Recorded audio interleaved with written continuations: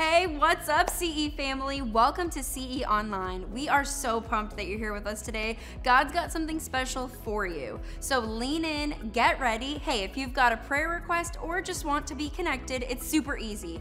Go to churchexperience.tv/connect or scan the QR code on the screen. And hey, go ahead and hit that subscribe button so you never miss a moment with our CE family. Let's go, service is about to start.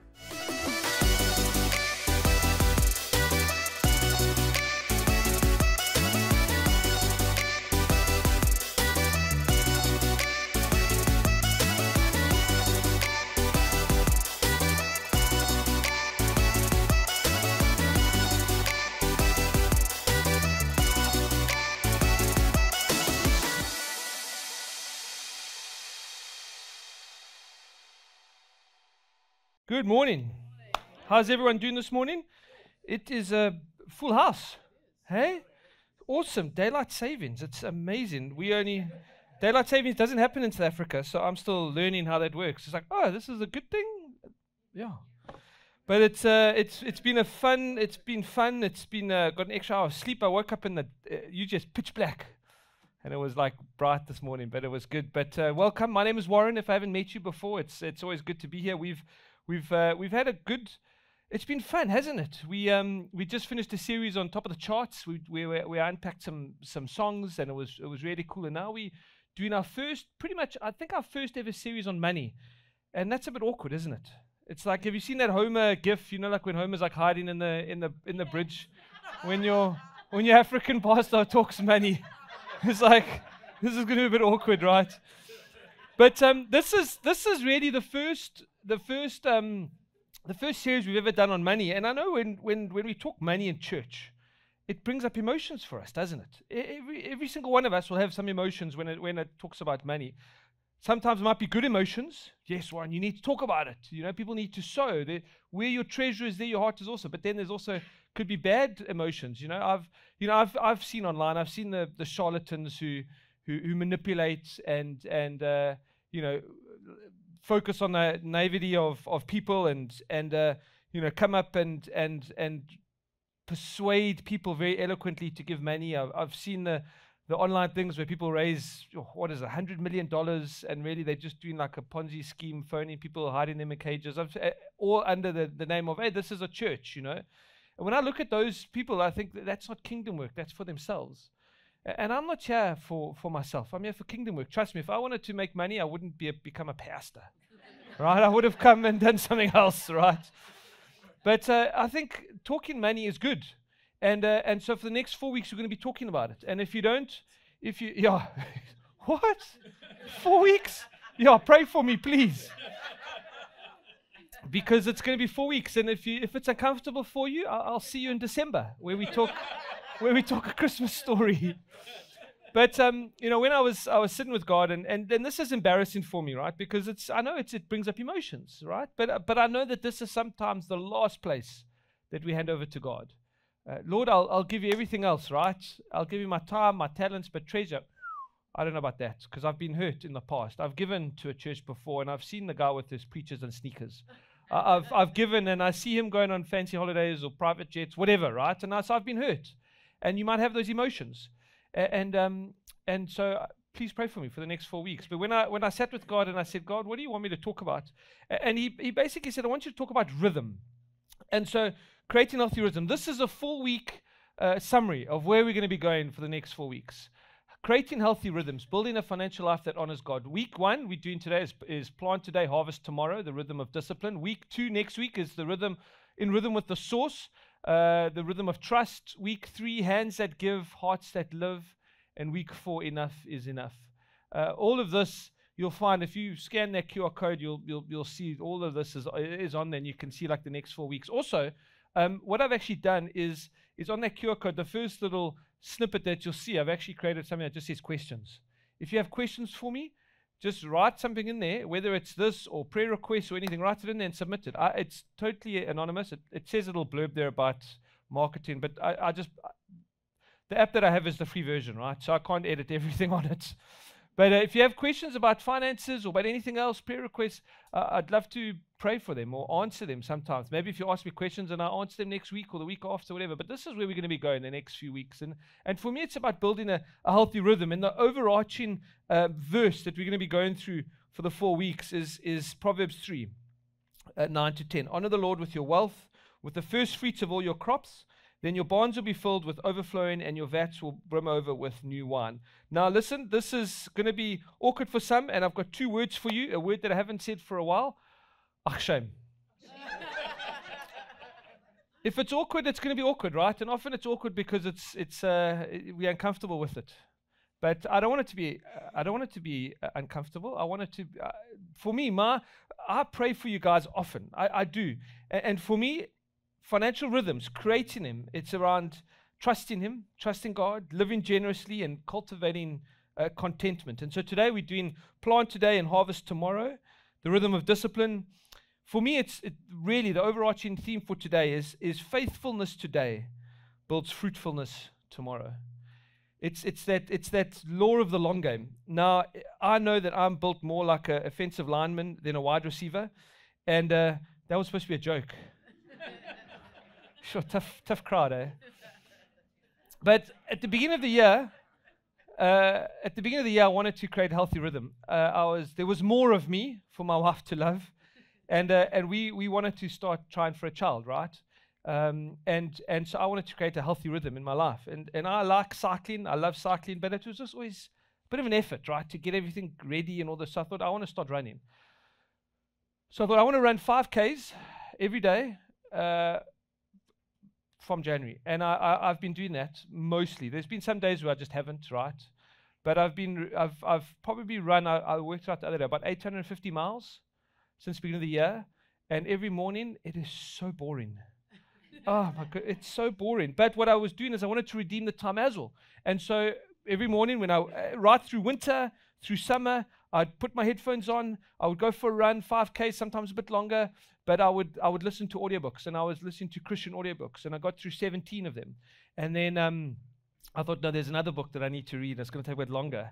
And so I went through the Bible, and I'm almost finished the Bible second time. And that was just creating that healthy rhythm. And I wanted there to be a goal, right? Because I wanted a goal in mind, because you want to have a goal when you're doing stuff like this. And so in West Chase, there's a run. It's a 10K run. Jen usually runs it, but she obviously can't this year. And I usually volunteer, and I still volunteered in the week, but I wanted to do the 10K run, and I wanted to do the 10K under an hour. And so every time I went for a run, I'm like, that's my goal, is I want to do every time under 6 minutes a K, which is, what did I work out? 8:30, 8:20, whatever. I don't know miles and everything. But anyways, and so that was my target. And so the race was last week, Saturday. I've got a slideshow of me in my Lycra. No, I don't. That would be super awkward. But I was on the start line, and as they say go, these little pocket rockets, you probably saw them, Jen, they just went, poof, they've gone. And I'm like, these kids are half my size, but I just went got into my healthy rhythm, like I've been running this, and I made it, which was awesome. But it's creating that healthy rhythm, right? I won't say I enjoy it now, but I enjoy the time. I sit with God, I put my headphones on, I listen to scripture, and I just pray to Him. And often when I was praying to Him about this, that's when He said, Warren, I want you to talk about rhythm. And I started thinking about it and praying. And it's just, when it's anything in life that's worth doing, it takes hard work, isn't it? So marriage is wonderful. Marriage is good, but it's hard work sometimes, right? It takes time. Fitness takes time. Raising kids takes time. Starting a business, it takes time. It doesn't happen overnight. And with our spirituality, with our discipleship, you can't microwave your maturity or fast forward your faithfulness. And we live in a world that loves shortcuts. Instant downloads, next day delivery. My package is going to arrive tomorrow. Why is it not arriving tomorrow? We want this, right? Fast food, quick fixes. But the kingdom of God doesn't work on next day delivery. It works on next season reward. You can't plant today and harvest tomorrow unless you plant in weeds, because it takes time, right? And maybe some of us have been praying for a harvest in fields we've never planted. There was this, my mom made us a beautiful baby grow, and she bought us a dress. And this is from a place in Hillcrest where Jen used to live in Durban. It's called Wozamoya. And what it is they make these little beaded things, and it's people that were like underprivileged and sewing into like them, and so you buy these things to sow into their livelihood. And this is a little, like little flowers and stuff. But they said the best time to plant a tree is 20 years ago. The second best time is now. And I thought of that with rhythms. The best time to create good rhythms in our life, where finances is one of them, was a while ago. But the second best time is now. And I loved this, because when I saw this, I'm like, that is the best time to start. It was 20 years ago. But maybe if I can't, or whatever, maybe it's now. And God blesses the habits that we build, not the hopes that we put on Facebook, right? And healthy rhythms, when it comes around money and other things, it doesn't start with big breakthroughs. It starts with small, steady obedience. And that's what this series is all about for me, is learning to live in God's rhythm, not the world's rush. And this, I pray for you guys often. I pray for you guys if I know you're looking for a job, I pray for it. If I know that it's a big meeting, I pray for it. If I want you guys to succeed in life, right? And finances, I get it as one part of it, but I pray for you guys often. And I want you to thrive in all things. And I want there to be a harvest in your life. And every harvest begins with a seed. Galatians says it like this, Galatians 6 verse 7. It says, do not be deceived. God cannot be mocked. A man reaps what he sows. What you plant will determine what you pick. If you plant discipline, you'll reap peace. If you plant generosity, you'll reap joy. If you plant faith, you'll reap blessing. And if you plant nothing, you'll reap frustration. We want the fruit of faithfulness without the work of planting, right? We pray for an overflow, but we don't want to dig up the soil. And culture dials into this, doesn't it? It will focus on that overflow plot, but not the effort plot. Who here has green fingers? Who here likes gardening? Like, gardening is messy, isn't it? It's messy, isn't it? It's messy. It's hard work. You're sweating. You're on your knees. It's tiring. It's not very exciting. You're planting the seeds. You're watering it. And is this thing even growing? Is it dead? Because it's still not happening. And you start Googling, what must I do? Should I pray over the plants? How long does this thing take? You do it. It's discouraging, right? But you keep going, because we can't pray for the overflow without first digging up the soil. This is what it says in Proverbs 21 verse 5. It says, the plans of the diligent lead to profit, as surely as haste lead to poverty. We live in a culture that's instant gratification, right? It's a convenience culture. Haven't you experienced this? It's there's so much more in America that I'm used to that wants your money, but also that's more convenient. Oh, you want that as well? Oh, that's an extra fee. Oh, you want that? Oh, there's a convenience fee. Why is there a convenience fee? I don't. Do you know what I mean? It's like this culture wants you to be like, wants it to be easy for you, but it's going to cost you, right? And you'll be surprised how much all this stuff adds up, right? But we live in this culture, right? And notice how it says here, the plans of the diligent. It doesn't say dramatic. It doesn't say desperate. It says diligent, because God honors consistency over intensity. Now listen, we can be intense for a week, can't we? I'm going to get my life back together. New year, new me.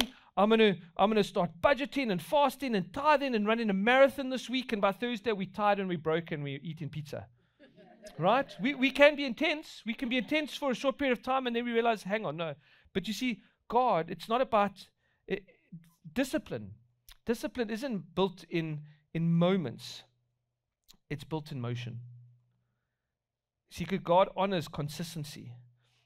And often that rhythm is about doing the right thing when no one's watching. Doing the right thing, where trusting that one day, whatever you're doing, God will make it grow. Because we can't plant a seed. We can't pray for a harvest from a seed that we've never planted. And healthy rhythms put God first. Notice our anchor verse. Honor your God with your wealth, with the first fruits of your crops. First fruits means first and best, not what's left over. In ancient times, what they would do is they would gather the first of the crop. They would gather the first before they knew how big the harvest was going to be. They would gather the first and give it to God. Now that for me is faith in action. They had no idea if this crop's going to be good or bad, but they would take the first of it and honor it back to Him. And tithing is the same principle today. And I know even if I say tithing, it brings up emotions. for us, right? I've had some very humorous conversations about tithing. I've had conversations about, Warren, is it all on gross or net? Just start, right?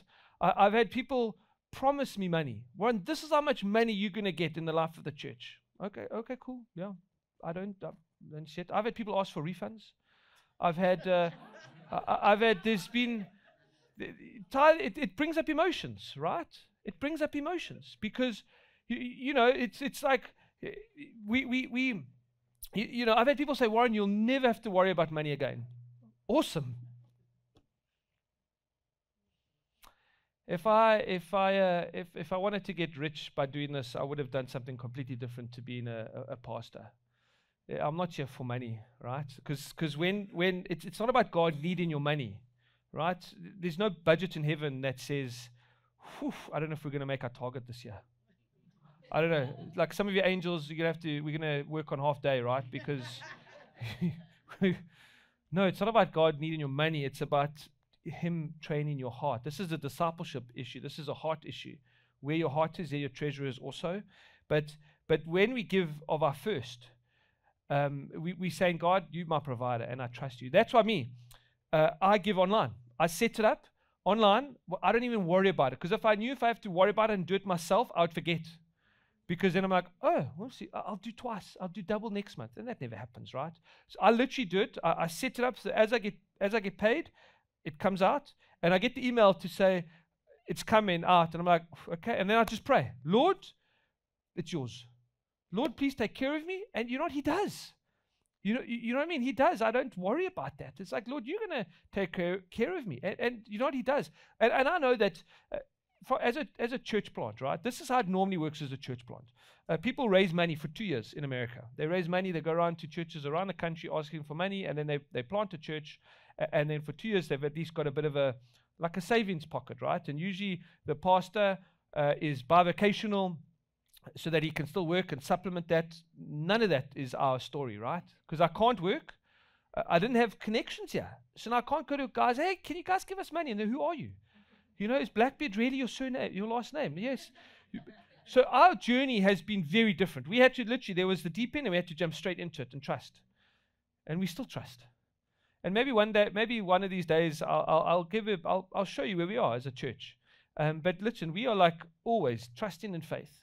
And I always want to trust in faith. And every time I get worried, God just, He comes through. And now Lord, you're going to take care of me. You my provider, right? And so that's what it's about here. That's what it's about. It's about training your heart, not needing your money. And our money tells us a story about how we trust, where we put our trust in, right?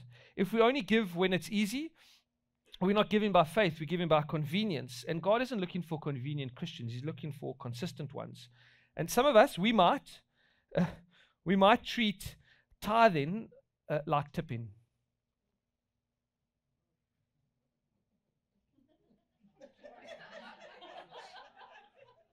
Was that? I told you, it might get awkward. We might treat tithing like tipping. The service was good. They sang my song.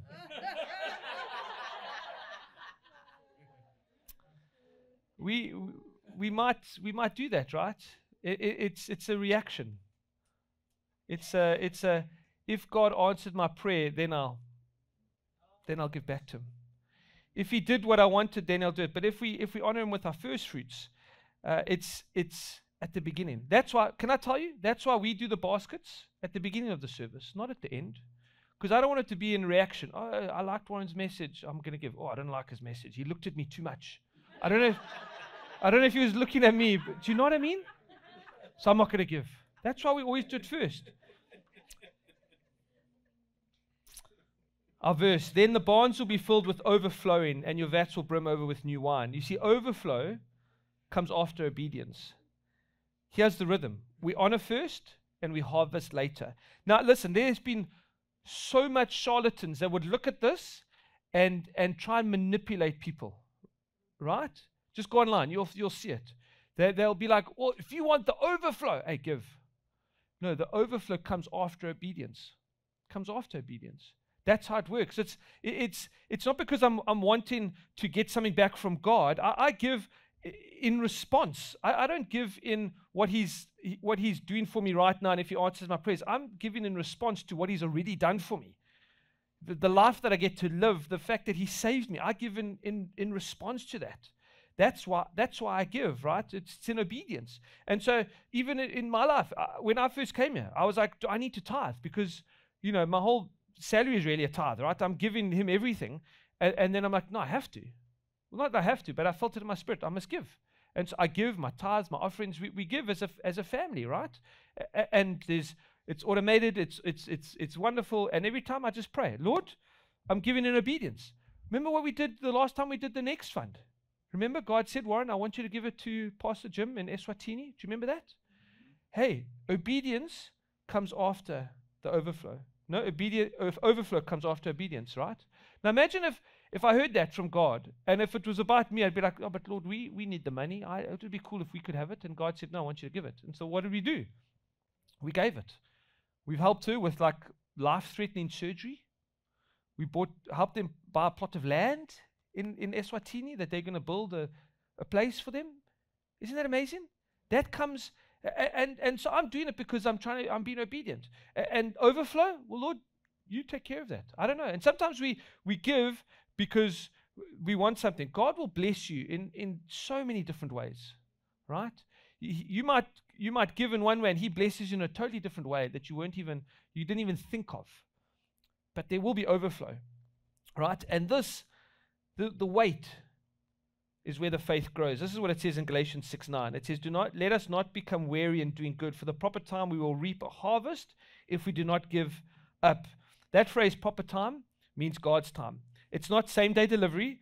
It's God works. His work is seed time and harvest. He's not in a hurry. He's in rhythm. And maybe you've been faithful. You've been giving. You've been trusting. You've been serving. And you're still thinking, when does my harvest come, right? It's coming because God never wastes a seed planted in faith. He never does. Maybe all we see is dirt at the moment. Maybe everything is looking small. But we don't want to dig up and down to what we've planted in faith. Planted. If I say planted, do you guys understand what I'm saying? I know with my African accent. It planted in faith. We don't know what God is doing under the surface.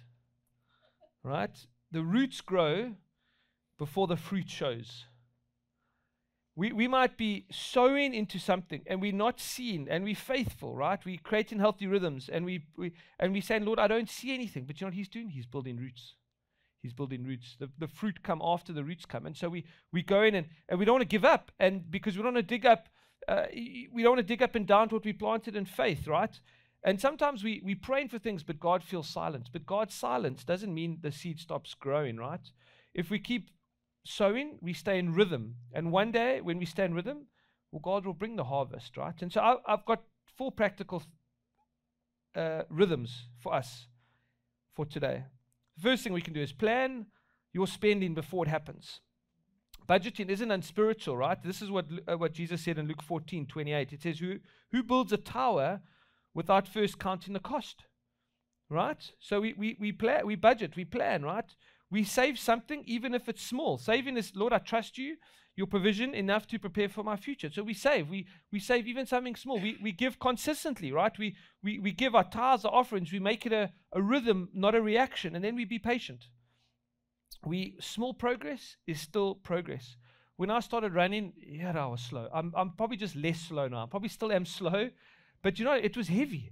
You ever like whenever you're doing something and you start, it's like it's laborious, it's hard work. But you know what? You're making baby steps, small progress, right? This rhythm of diligence will produce fruit in due time, right? Can I be honest now? Well, you can't stop me because I've got a mic. There is a lot in America that wants your money, a lot. Oh, you want that? Well, you can. It's only $19.99 every month. Oh, okay. And you can use it as many times as you want. All right. And you end up using it maybe once. Right? You'd be surprised how much money you spend a month on things. You would be, right? Now, I'm doing this just as someone to help, right? Because even I remember when I first came here. This isn't in my notes, but I remember first coming here and I was listening to the radio, and this lady was talking about inflation and how hard inflation has hit her. And she was saying, yeah, it's hit me really hard. I can only eat out 5 times a week now. And at first I thought it was a joke. But then I was like, oh no, she's being serious. Jen and I eat out once a week. We get 2 large pizzas, Domino's, at $16 plus a tip if I feel generous, but I do. So I tip them. At $16, we have pizza night on Friday night. Other than that, we don't eat out because it's expensive. Now you start all that up, but what? It's only, I don't know, $50. My drive-through order in the morning, it's only $6. Whatever, right? I might be hitting on some toes here now. But you add all those up, you will be shocked how much it spends. And then we wonder why we don't have money. And so we be patient. We make baby steps, small steps. Okay, instead of spending $200 out, I'm going to eat in and it's going to cost us $30. I don't know, whatever. And you'll be surprised how much those little tweaks can make.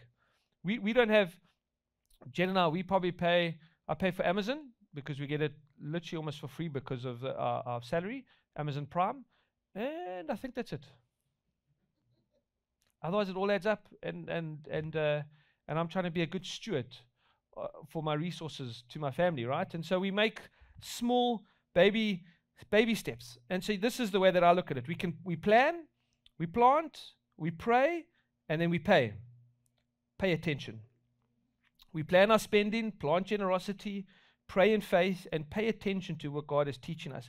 And rhythm will bring peace, not pressure. We might think, oh, talking about money in church, it's gonna add pressure. No, my goal is not pressure, it's peace. And finances, when it's out of rhythm, will affect everything. Everything. Your sleep, your marriage, your spiritual life, your sex life. It'll affect everything. They say the number one reason for divorce is usually around money, right?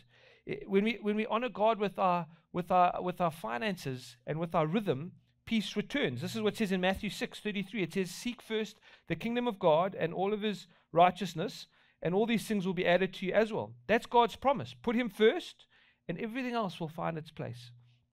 We don't have to chase provision. There's this illustration, right? I was thinking of a different one, but have you heard of the bamboo seed that was planted? So when you plant a bamboo seed and you water it, year 1, nothing happens. Nothing. And you still water it. Year 2, nothing. Year 3, nothing. Year 4, there's still nothing. But year 5, it shoots up 80 feet in 6 weeks. Now I know what you're thinking. If it's in a bamboo forest and it falls down, does anyone hear it? If no one's around, that's probably what you're thinking, right? No. The question is did it grow 80 feet in the 6 weeks or in the 5 years? It was growing all along, just underground. It was growing underground, deep roots.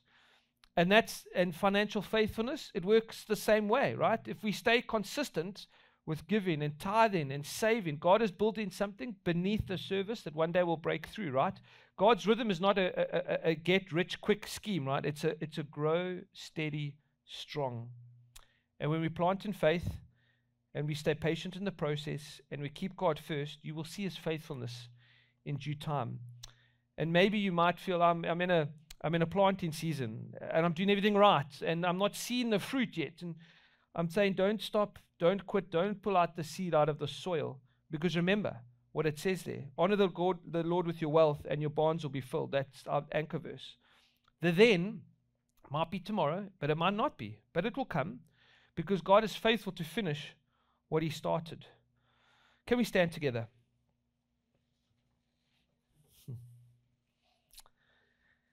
Friends, faithfulness today builds fruitfulness tomorrow, and our rhythms in life will determine our reward. And so we don't rush the process. We trust him. We trust him that as we plant seeds of faith and as we trust him in healthy rhythms in our life, we trust him that he will make it everything beautiful in his time. Like it says in Ecclesiastes, every little thing he'll make beautiful. And so, Lord, even today, we thank you that you're our provider and our source. Lord, help me and help us to live in rhythm, to plant with discipline, to give in faith, and to wait with trust. Lord, help me to honor you with my first and my best, not my last and my leftover. Even if I don't see the fruit yet, Lord, I believe that you are growing something good beneath the surface. And so, Lord, I choose to sow in faith, believing that there will be a harvest, believing that you are with us, and believing that, Lord, I just...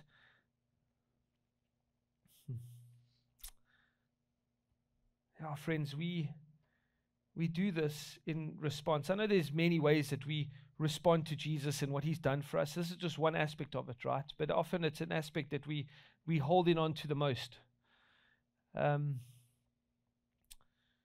When I realize just everything that Jesus has done for me, I give in response, in gratitude. I give in response to what he's already done. Like those, he's paid it all. He's paid it all, friends. Like the slips that you have on your seat, he's paid it all. So Jesus, what a gift it is that we get to give back to you, that we get to trust you with everything in our life. And finances is just one aspect, but Lord, maybe we're holding on. Maybe we are worrying too much, but Lord, help us to sow the seed in anticipation for the harvest that you're going to bring in our life. Oh, Lord, maybe we have been sowing, but Lord, we haven't seen the harvest yet. We haven't seen the fruit yet. Lord, help us to stay in that healthy rhythm to honor you. And so, Jesus, we thank you. Jesus, we honor you. Lord, we're thankful that this is your church, that you are building this church. We give you all the glory and all the honor. And as we sing a song in response, I just pray that you will just continue to work into our hearts. In your name, amen.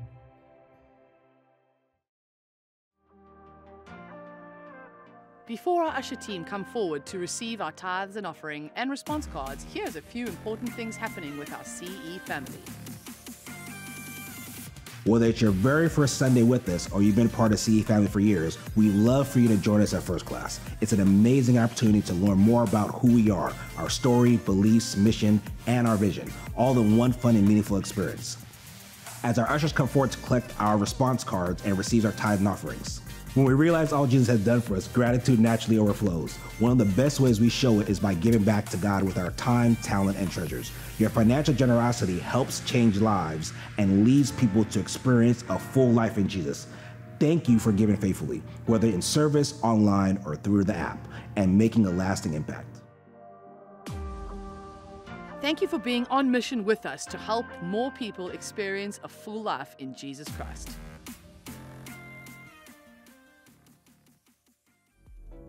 That was powerful. If God spoke to you or you made a decision today, don't keep it to yourself. We want to celebrate with you. Head to churchexperience.tv/connect or scan the QR code. And don't forget, we've got content, encouragement, and fun all week long on our social media, our Instagram, our Facebook, our app, and our website. Thanks for being part of today's service, CE family. You're the best, and we'll see you next week.